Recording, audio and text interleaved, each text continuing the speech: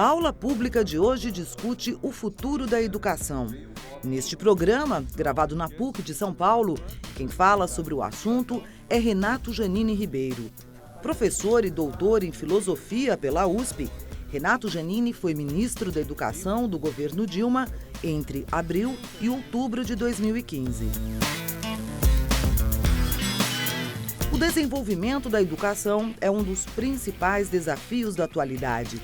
Educadores buscam respostas sobre como lidar com as transformações econômicas e sociais do século XXI. Da educação básica até o ensino superior, tecnologias digitais e novas formas de interação impõem mudanças para alunos e professores. No Brasil, o sistema de ensino é pressionado a reestruturar o material didático, a formação docente e até mesmo a sala de aula. Os alunos também cobram autoridade para ter um papel de protagonismo no desenvolvimento da educação. Para especialistas, o momento é decisivo para planejar e implementar políticas públicas para superar deficiências do passado. No entanto, há dificuldade em encontrar soluções para uma base curricular que atenda à demanda de mais de 50 milhões de estudantes. Mas afinal, qual educação nós temos? E qual educação queremos?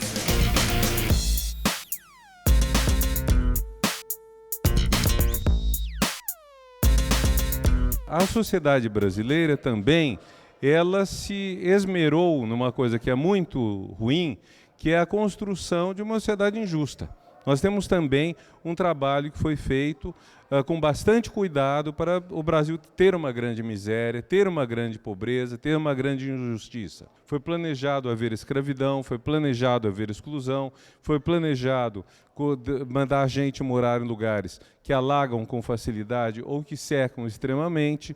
Tudo isso é algo que de pouco tempo para cá, talvez desde o governo Itamar Franco, em 92 em diante, que nós temos políticas que têm uma certa continuidade para mudar isso e para melhorar a sociedade brasileira. E um dos casos é a educação. A Constituição de 1946, torna a escola básica obrigatória, chamava-se grupo escolar, tinha 4 anos de duração obrigatoriedade. E quando termina a vigência dessa Constituição, com o golpe de 64 e depois a Constituição ditatorial de 67, esses 4 anos não foram universalizados, longe disto.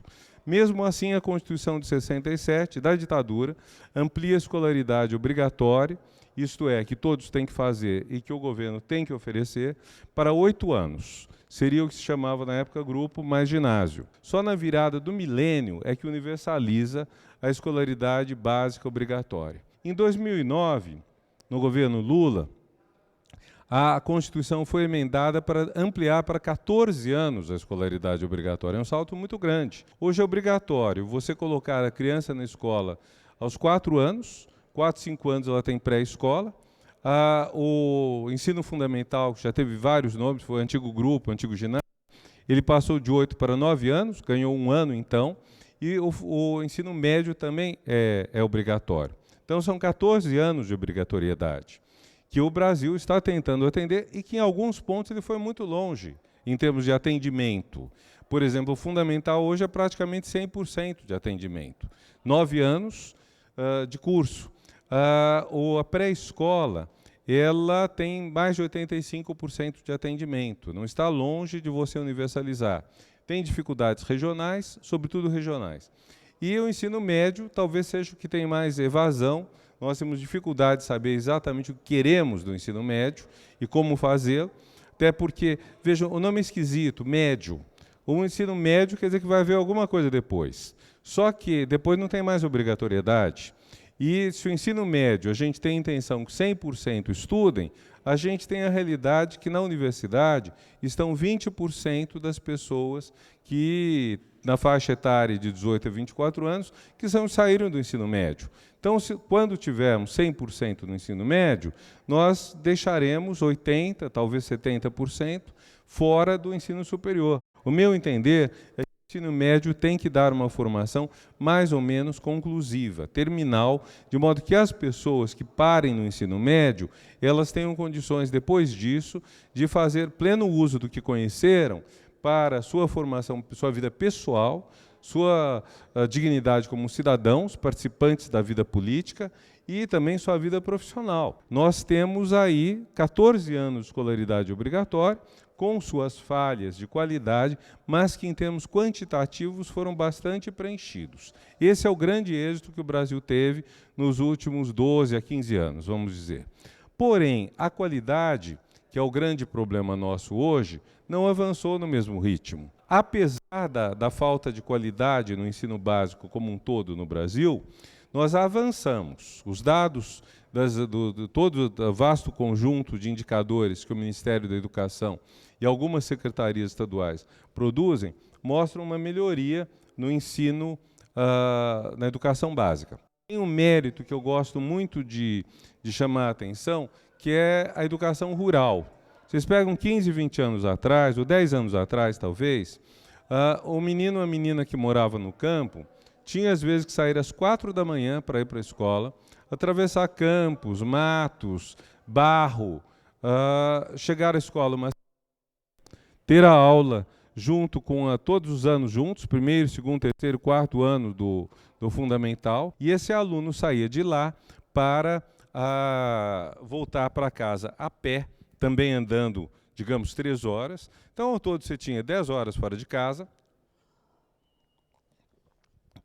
caminhando por lugares difíceis, às vezes debaixo de chuva, e nem sempre tendo uma merenda, e tudo isso foi mudado. O governo, em 2006, mais ou menos, fez um esforço gigantesco de colocar ônibus na zona rural, até mesmo lanchas. Tem lanchas escolares para transporte em regiões como a Amazônia. Agora, tudo isso ainda é um entorno, porque não necessariamente isso basta para o aluno melhorar seu aprendizado.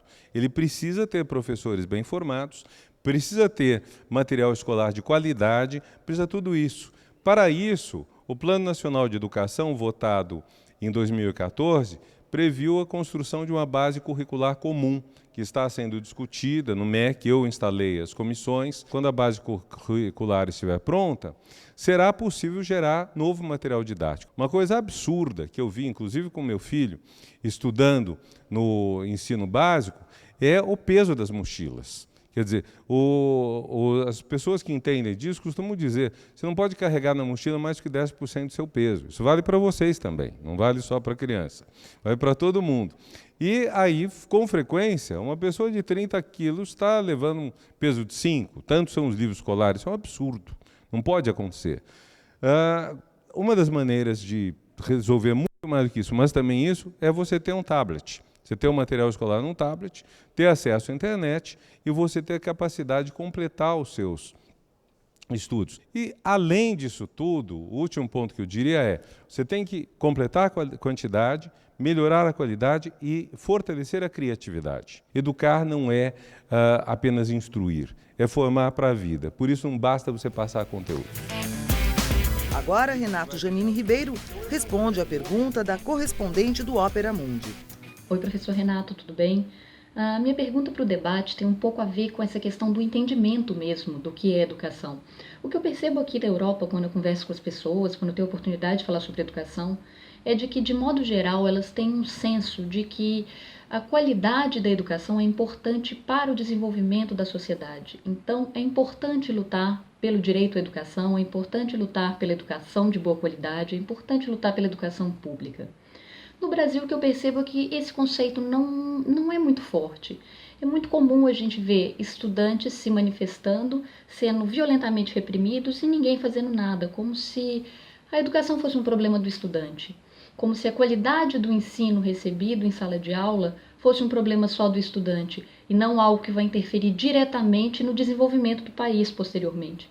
Então, a minha pergunta para o senhor é essa: por que são conceitos tão diferentes, entendimentos tão diferentes da importância da educação dentro do país, e quais são, no fim, quais são os impactos dessas diferentes maneiras de se pensar a educação? Em primeiro lugar, porque historicamente não era interessante você ter um povo instruído. Por exemplo, o tipo de uso de mão de obra que se fazia na época da escravidão, e mesmo durante muito tempo após o fim da escravidão, era uma mão de obra que, se não fosse alfabetizada, seria mais fácil de controlar. Que vinha junto com o fato de que, para trabalhar na lavoura ou em certas atividades básicas no campo, você não precisava de muita formação.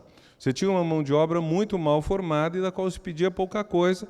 Então, se essa mão de obra tivesse acesso ao mundo da leitura, ao mundo da educação, provavelmente ela iria exigir mais.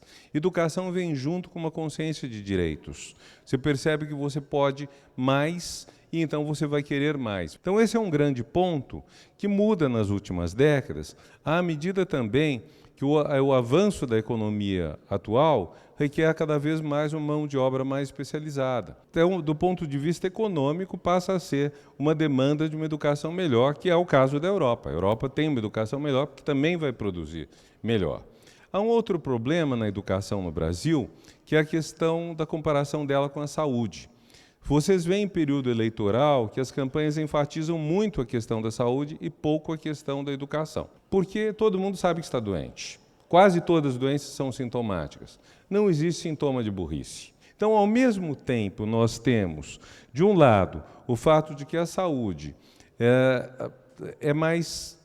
aparentemente é mais fácil de resolver, pelo menos de eliminar as doenças. Mas se nós pensarmos a educação, a saúde como algo que zera as doenças, nós vamos ver que, na comparação com a educação, nem o céu é o limite. A educação pode avançar a vida toda.